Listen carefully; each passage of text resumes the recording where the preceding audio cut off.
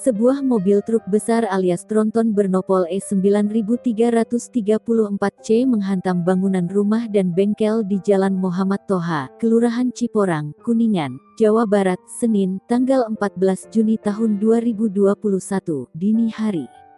Berdasarkan data yang dihimpun di lokasi kejadian, diketahui kecelakaan terjadi sekitar pukul 2.30 dini hari. Di lokasi kejadian hingga sekarang, tim evakuasi tengah mencoba mengangkat truk tersebut diawasi oleh unit laka Polres Kuningan.